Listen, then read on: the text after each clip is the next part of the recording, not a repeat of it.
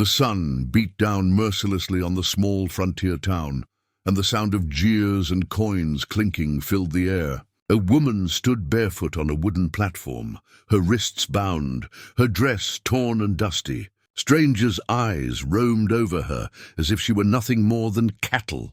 Her heart pounded in her chest, shame and fear suffocating her.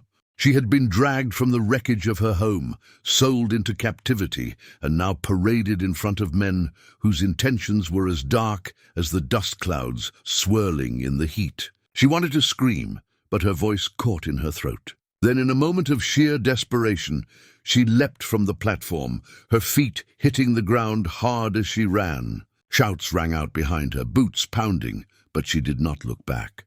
She ran for her life. Before we go further, if you believe in kindness, in second chances, and in the power of stories that heal and inspire, please like this video, share it, leave a comment, and subscribe to The Gentle Truth.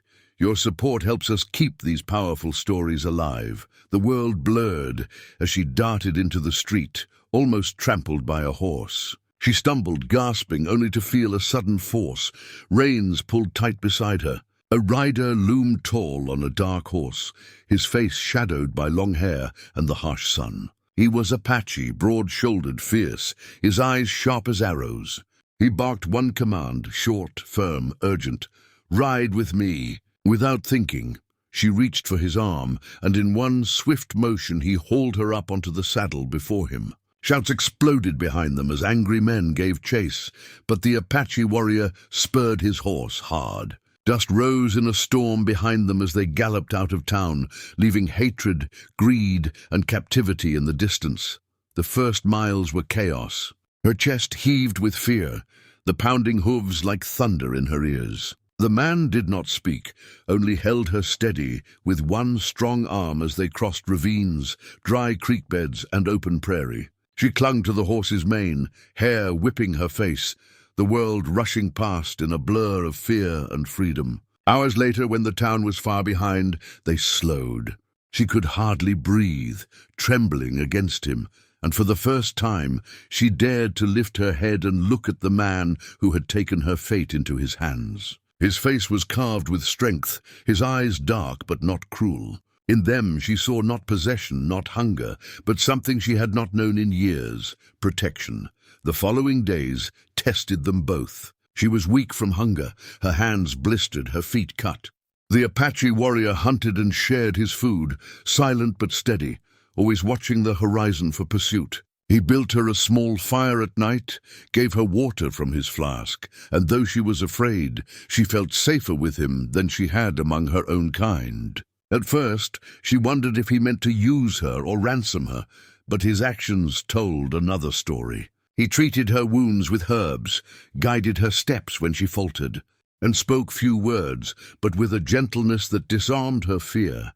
Each night, under the vast spread of stars, she listened to the sound of the wild, coyotes howling, the crackle of the fire, the steady rhythm of his horse grazing nearby. Slowly her heart began to change.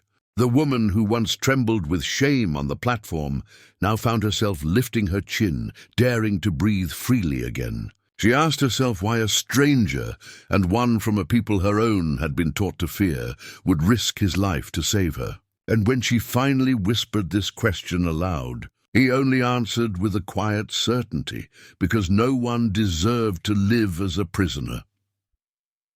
On the third day, when the sun rose warm and golden over the horizon, they reached a ridge. From there, she could see the land stretch wide and unbroken, a place where freedom was not just a word, but a promise. The Apache warrior dismounted, helping her down gently, and for the first time she stood tall beside him without shaking. Behind her lay the cruelty of the auction block, the hands that sought to own her.